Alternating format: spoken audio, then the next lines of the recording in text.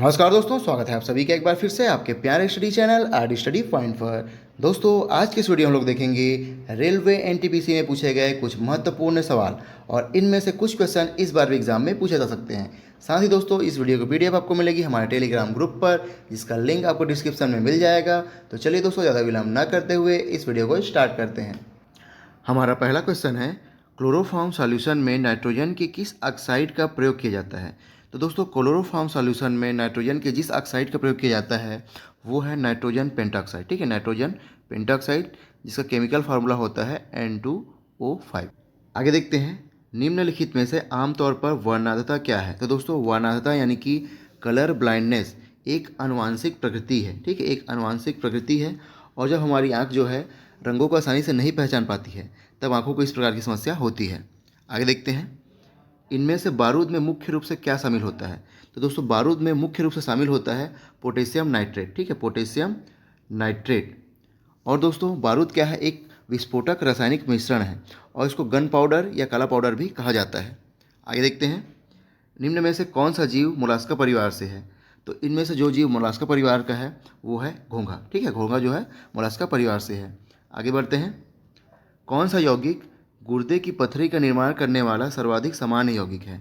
तो दोस्तों, इसका आंसर है कैल्शियम ऑक्सलेट। ठीक है, कैल्शियम ऑक्सलेट जो है गुर्दे की पथरी का निर्माण करने वाला सर्वाधिक सामान्य यौगिक है। और दोस्तों, गुर्दे यानी कि किडनी का पथरी जो है कई प्रकार की होती है, जिसमें सबसे आम होता है कैल्शियम की पथरी। और हमारी किडनी में बड़ी मात्रा में कैल्शियम ऑक्सलेट के जमाव के कारण ये पथरी बनती है। और ऑक्सलेट क्या है, एक प्राकृतिक रूप से पाया जाने वाला पदार्थ है जो विभिन्न प्रकार की सब्जियों और फलों में पाया जाता है। अगला क्वेश्चन है, निम्नलिखित में से कौन सी अक्रिय गैस नहीं है। तो दोस्तों, अक्रिय गैस जो है, जिसको हम लोग उत्कृष्ट गैस भी कहते हैं, वे है helium, neon, argon, krypton, xenon और रेडॉन। यानी कि इसमें से हाइड्रोजन जो है अक्रिय गैस नहीं है। उसके बाद देखते हैं, कौन सी धातु अधिक वायु प्रदूषण का कारण बनती है। तो दोस्तों, इसका आंसर है सीसा। ठीक है, लेड।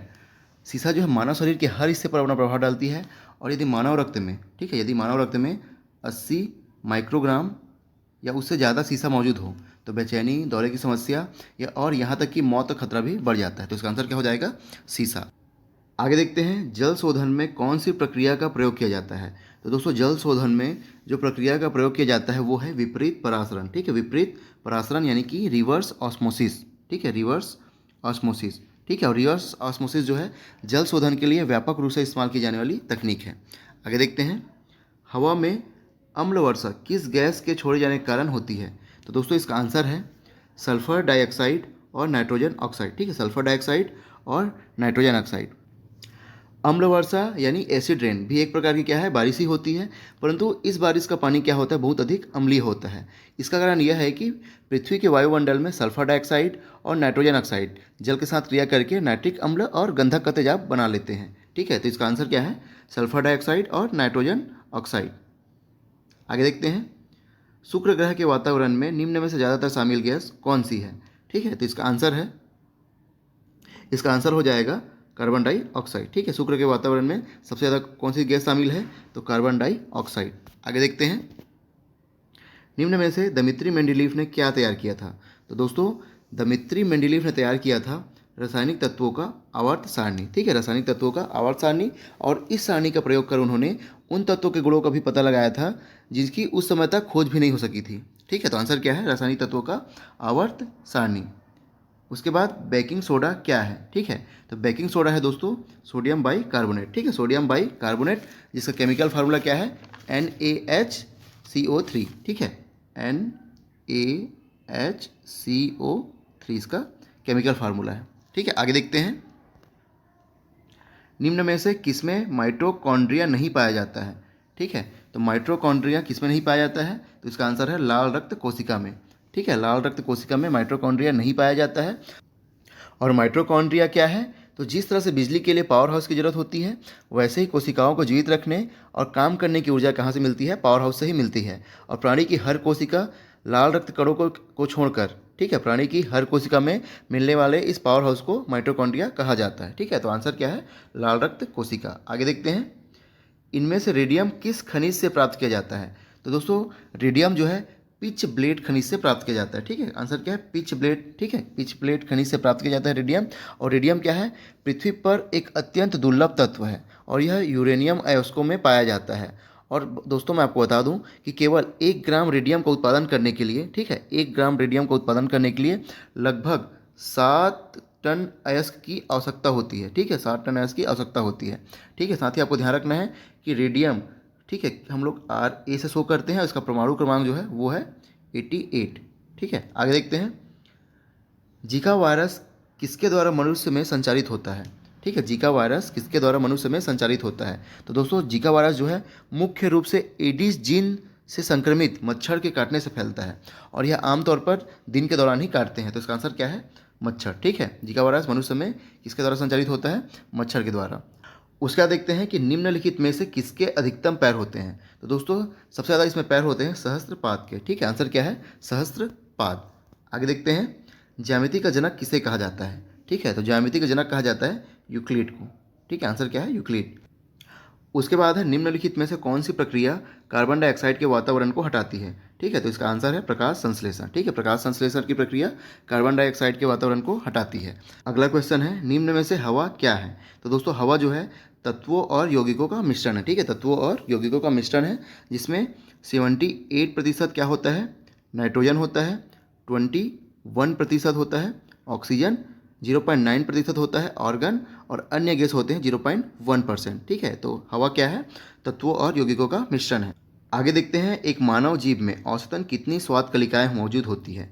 तो दोस्तों एक मानव जीव में औसतन 2000 से 8000 स्वाद कलिकाएं मौजूद होती है। तो आंसर क्या है? 2000 से 8000। आगे देखते हैं, वे मेटल डिटेक्टर जिससे होकर हवाई अड्डों पर लोग गुजरते हैं वह किसके द्वारा संचालित होते हैं? तो दोस्तों इसका आंसर है फराडे का नियम। ठीक है, वो फराडे के नियम द्वारा संचालित होते हैं। अगला क्वेश्चन है, इनमें से किस विटामिन की कमी से स्कर्वी रोग होता है? तो दोस्तों स्कर्वी रोग होता है विटामिन सी की कमी से। ठीक है, विटामिन सी की कमी से स्कर्वी रोग होता है। और स्कर्वी रोग के लक्षण क्या है? तो इसके शुरुआती लक्षणों में भूख में कमी, वजन में कमी, थकान, चिड़चिड़ापन और सुस्ती महसूस हो सकती है। तो आंसर क्या है? Vitamin C. आगे देखते हैं, बर्फ़ को पिघलाने के लिए किसका प्रयोग किया जाता है? तो दोस्तों बर्फ़ को पिघलाने के लिए प्रयोग किया जाता है नमक का। ठीक है, क्योंकि नमक में यह खूबी होती है कि वह पानी का हिमांक यानी कि फ्रीजिंग पॉइंट को कम कर सकता है। और जब आप बर्फ़ के ऊपर नमक डालते हैं तो वह बर्फ़ के हिमांक को क्या कर देता है? कम कर उसको पिघलाने लगता है, क्योंकि बर्फ़ पर हमेशा पानी की एक पतली परत मौजूद होती है जिसके कारण नमक क्या है? पानी में मिलकर एक मिश्रण बना लेता है और बर्फ़ को पिघलाने में मददगार होता है। तो आंसर क्या है? नमक। आगे देखते हैं, इनमें से शरीर का कौन सा अंग खून के शुद्धिकरण से संबंधित है? तो दोस्तों इसका आंसर है किडनी यानी कि गुर्दे। ठीक है, कौन सा अंग खून की शुद्धिकरण से संबंधित है? ठीक है, आंसर क्या है? किडनी, क्योंकि किडनी में मौजूद अनेक छोटी छोटी छन्नियों में से छनकर हमारा रक्त क्या होता है? शुद्ध हो जाता है। और इन छन्नियों का अहम काम यही होता है कि यह पूरे शरीर में से इकट्ठे होकर आए रक्त को शुद्ध करता है और वापस शरीर में भेज देता है। तो आंसर क्या है? किडनी। आगे देखते हैं, एक विकार जिसमें व्यक्ति दूर की वस्तु को स्पष्ट रूप से नहीं देख सकता उसको क्या कहते हैं? तो उसको कहते हैं निकट दृष्टि दोष यानी कि मायोपिया। ठीक है, मायोपिया निकट दृष्टि दोष कहते हैं।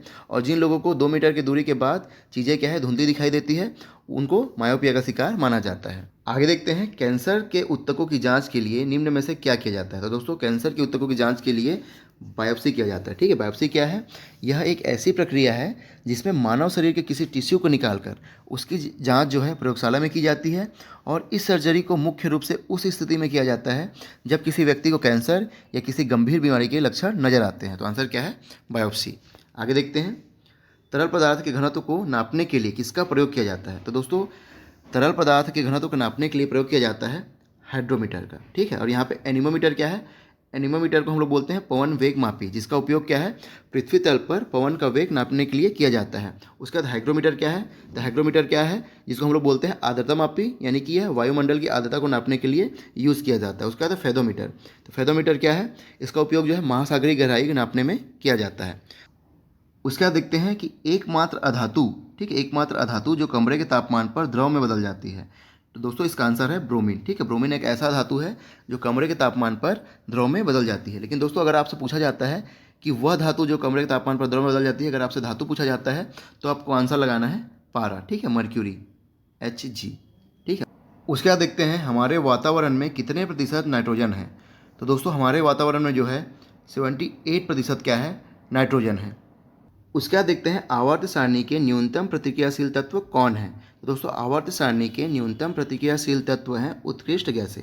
ठीक है, उत्कृष्ट गैसें, और वे गैसें जो साधारणतः रासायनिक अभिक्रिया में भाग नहीं लेते हैं और हमेशा मुक्त अवस्था में पाया जाता है, उन्हें क्या कहा जाता है, उत्कृष्ट गैसें कहा जाता है। और इसमें कौन कौन से गैस आते हैं, हीलियम, ठीक है, नियॉन, आर्गन, क्रिप्टॉन, रेडॉन और जीनॉन। ठीक है, सभी क्या है, उत्कृष्ट गैसें हैं।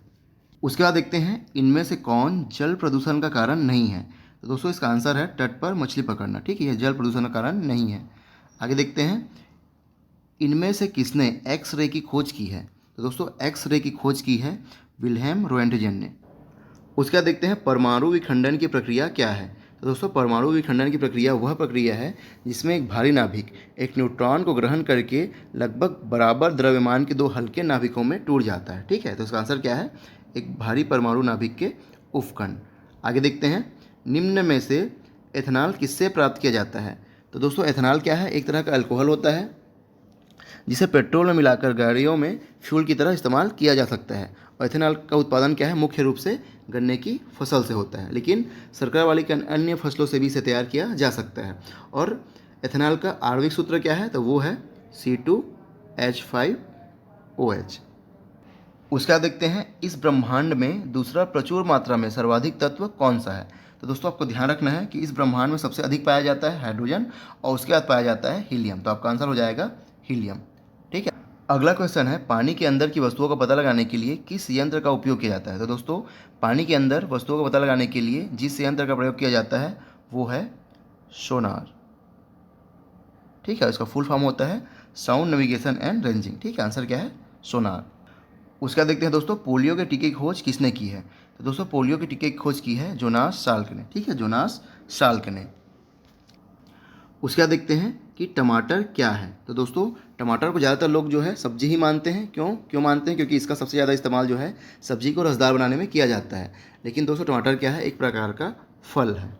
ठीक है, टमाटर क्या है, एक प्रकार का फल है। आगे देखते हैं परमाणु रिएक्टर में विखंडन प्रतिक्रिया की दर को नियंत्रित करने के लिए किसका प्रयोग किया जाता है। ठीक है, परमाणु रिएक्टर में विखंडन प्रतिक्रिया की दर को नियंत्रित करने के लिए किसका प्रयोग किया जाता है। तो दोस्तों इसका आंसर है कैडमियम। ठीक है, कैडमियम का प्रयोग किया जाता है। उसके बाद देखते हैं कि इनमें से कौन सी बीमारी दिल से संबंधित नहीं है। तो दोस्तों इनमें से कौन सी बीमारी ऐसी है जो दिल से संबंधित नहीं है, तो वो है डिप्थीरिया। ठीक है, डिप्थीरिया, क्योंकि यह क्या है, नाक और गले का एक गंभीर संक्रमण होता है जो टीके के द्वारा आसानी से रोका जा सकता है। ठीक है, आंसर क्या है, डिप्थीरिया।